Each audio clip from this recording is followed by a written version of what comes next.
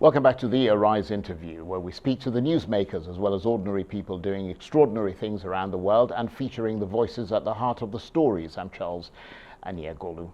And now to the United States and the fallout over allegations surrounding President Trump's tax affairs. The New York Times says Mr. Trump paid just over $750 in the year he won the presidency. The paper says it has obtained 2 decades of Mr. Trump's tax records after a long battle by the president to keep them private. They're reported to reveal chronic financial losses and many years of tax avoidance. Mr. Trump dismissed the report as fake news, but U.S. Democrats have condemned Mr. Trump's tax arrangements. The Speaker of the House, Nancy Pelosi, said the president had taken extraordinary measures to avoid paying his fair share. It's totally fake news, made up, fake. We went through the same stories. You could have asked me the same questions 4 years ago. I had to litigate this and talk about it. Totally fake news. No, actually, I paid tax, and you'll see that as soon as my tax returns. It's under audit. They've been under audit for a long time. The IRS does not treat me well. They treat me like the Tea Party, like they treated the Tea Party. They don't treat me well. They treat me very badly. You have people in the IRS. They treat me very, very badly. But they're under audit, and when they're not, I would be proud to show, but that's just fake news. The New York Times tried it, the same thing. They want to create a little bit of a story, they're doing anything they can. Not only that's the least of it. I mean, the stories that I read are so fake. Yeah, basically, well, first of all, I paid a lot, and I paid a lot of state income taxes, too. The New York State charges a lot, and I paid a lot of money in state. It'll all be revealed. It's going to come out. Donald Trump, I was hoping we're going to be hearing from Nancy Pelosi there. I'm not quite sure why we didn't. So what do President Trump's supporters and members of his Republican Party make of the latest allegations? Well, for more, I'm joined now not from Atlanta, Georgia, where he usually is, but from Brazil. And he is the chief strategist for Republicans overseas, Erol Morkoc. Thank you very much indeed, Erol, for joining us. Now, you and lots of other Americans pay just, I was going to say, you and a lot of other Americans pay just on your medical insurance, I'm guessing, about as much money as President Trump is said to have paid for an entire tax year. I mean, give us your view on that, because many Americans, from what I'm reading, both Republicans and Democrats, don't appear to be impressed with the president at all. Well, yes, I think the way that it's been written and the way that the headlines came out certainly are dramatic. Now, to be clear, the president has declared this all fake news and out of context. So this is going to be my job to try to give this context and explain to your viewers what is really going on. Donald Trump is an international entrepreneur. And in the United States tax system, it's a very unorthodox system. Firstly, we have foreign tax credits. Americans are taxed globally, which, unlike any other nation, is incredibly unfair and restrictive. For example, if I chose to do business here in Brazil, I would be paying income tax to the Brazilian government and to the United States government, despite on my income, despite none of my business being in America. Now, Donald Trump does pay taxes on his overseas businesses, and those taxes he paid gives him what in the United States is called a tax credit. It gives him a credit against the income he must declare in the United States, which again, unlike any other nation.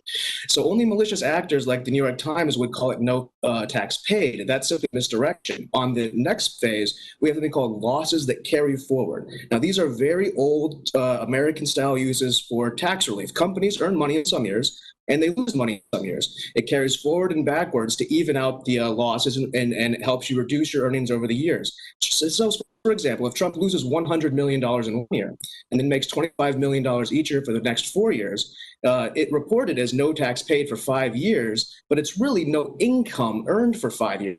And it's very difficult to make income when you're president of the United States. As it's been widely reported, his net worth has dropped by billions of dollars, the sacrifice that he made to be our president. And when you're, allegedly doing things like Joe Biden enriching your family, Donald Trump hasn't been doing that. Now, finally, and most importantly, I want to stress this, the tax code allows for what is called real estate deductions in the United States. And every businessman in the United States understands that real estate appreciates over time. Every American can buy real estate. Now, golf courses are especially good for depreciation deductions because they're taxed at a much lower rate than other real estate assets. Why? Because the communities want to have golf courses. They want to encourage them. They look nicer than apartment buildings, but the proprietor can make a lot more money if he turned his golf courses into apartment buildings. So the bottom line is the New York Times have no understanding of taxes because they simply don't know how to create value. And the question begs to be asked, Trump, who pays taxes, but not every year, and pays millions in state taxes and over years, millions and millions of dollars of federal taxes, who's been a bigger burden on the economy? Joe Biden, who's 47 years on being on the government dime, or Donald Trump, who understands tax businesses and has a large multinational corporation that has very complex situations. And the New York Times and the left-wing media understand that your average, non-sophisticate or even person who's got family and kids and is busy isn't going to break down the U.S. tax system and look at it. So it's a little bit of fan fiction. Certainly, we aren't disputing the fact that Donald Trump is very good at not paying his taxes.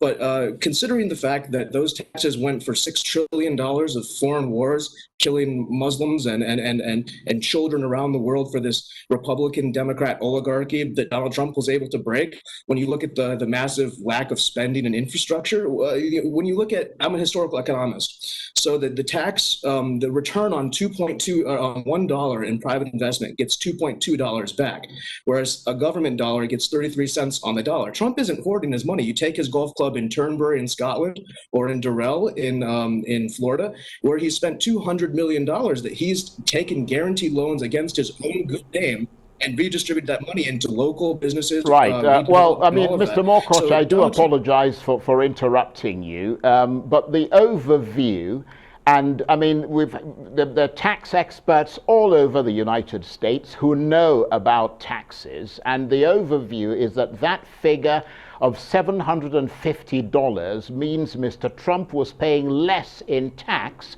than someone who earned roughly $25,000 a year. I mean, surely that will resonate with an awful lot of people in America, and yet we've seen Mr. Trump, do a TV debate in the run-up to the election in 2016, how he joked about this. I mean, when challenged about the fact that he doesn't pay his taxes, he said that he is smart. I mean, and the key question is whether this will make any difference to people's view of him in the run-up to the election. And the view seems to be that it will, certainly with hard-working people who are not amused that they're paying more than their president. Oh, I would have to slightly push back on that. I think hardworking people every month are seeing their money taken out of their paycheck, and they're not receiving the social services and maybe the civilization they're hoping for. I'm not disagreeing that because of tax offsets, that Donald Trump's federal tax bill this year was very low, but that means he lost millions of dollars to make that be so low so he could offset it. I would say it even adds to his presidential nomination, because people look at him as the Teflon Don, the golden guy who's always able to get away from the thing that catches the rest of us. And he does it legally. I mean, this guy's been more scrutinized, more investigated than anybody since Al Capone. And then the most thing they could get him on is like a $50 parking ticket, maybe. I don't even know if he drives himself anymore. So the American people, his voters and his supporters, look at this, and the responses we've been getting in polling recently, and just in the general social media ecosystem, is our supporters are so excited. We're like, exactly, that's the kind of guy who's a businessman who understands how to work the system. He's not getting fleeced like the rest of us, and maybe he's the kind of guy who's going to give us that tax break that he already gave, who realizes that money in the pocket is what is going to stimulate the economy, not money on government dole. So his supporters are actually looking at this as another example of what a alpha male kind of cool guy, to use a simple term, he is, because we all wish we could do that. We all wish we hadn't gotten fleeced for $6 trillion in the Middle East. And if Donald Trump was the one who figured it out, and in the midst of all of that, lost over $1 billion becoming president in the last year and only paid $750 of taxes, I haven't heard or seen a single one of our supporters castigate him for that. But it's going to be political fodder for the left, but it's not going to change any minds, because we knew Donald Trump wasn't paying high taxes. Nobody was confused or thinking that Donald Trump was paying fair taxes. You know, he represents himself as a very high IQ individual, and a very high IQ individual keeps his money for himself. Well, I mean, Erol, you certainly seem to be one of his big admirers. I'm not sure how many other Americans would agree with you, because, I mean, the honest truth is that he is a self-proclaimed billionaire. And if he's a billionaire and he's paying $750 in taxes, and you don't see an almost obscene disparity in that with someone who's earning $25,000 a year and paying 15% income tax, then I don't know what is. I mean, the question I want to ask you is, would you say that you are in a kind of, you know, voter bubble of Republicans around you, or do you get to talk to lots of people with different political views apart from Republicans? I honestly would, without question, say that majority of my friends are actually not Republicans. I think it's about 60-40. I mean, I grew up in California. I consider myself a liberal. I consider Donald Trump probably the most liberal president to ever be elected. And I wouldn't say it's an echo chamber. I will say that the country obviously is polarized 50-50. And so people are doubling down on things that they might not normally do because of the sort of surrounding rhetoric, whether or not they're trying to take down the new Supreme Court justice, or they want to call him a rapist, or they want to call him this and that. So when they go after him, they almost cried wolf every single time. And again, I want to bring it back. I mean, I have working class people, guys who are mechanics, who are posting things on internet, reaching out to me saying they understand what tax deferments are. Small business owners understand it. They understand why he's paying less taxes in the federal tax system. And again, he's paying millions and millions of dollars of property taxes. He's employing hundreds of thousands of people who are paying those taxes. His net benefit to the country is tremendous. Whether or not he had those billions of dollars of losses during the 80s collapse. And when you have such losses, it's a common thing in real estate to depreciate that. So the American people I think, are more sophisticated in their understanding of the tax system because of how, you know, oppressive and sort of regressive it's been for the last 30 years. So I don't think I've been in an echo chamber, but I do agree that there are two polarized viewpoints, and my liberal friends do not agree with me whatsoever. They will not be voting for Donald Trump, and they're using this against him, whereas my conservative friends are saying, yeah, exactly, that's the kind of guy that we wanted out there, a guy who could beat these people. And you know, it kind of adds to that Teflon Don aura that he kind of gives. Right. Well, I understand your point of view, Errol, but I mean, sorry to interrupt you again, my apologies, but I do need to get this in because, I mean, obviously you're talking to a different set of Republicans from the ones that I'm talking to, but I've heard, I mean, from people who've always voted Republican who now say that they'd crawl through broken glass to get Mr. Trump out of office because they're just so upset with the way things are, with the pandemic, with, you know, the racial justice protests in America, the healthcare issue that is in court at the moment, and the fact that they're not really getting the change that they hoped they would get. So it looks like quite a few Republicans are starting to turn away from Donald Trump. I would say that we call those people rhinos, Republicans in name only.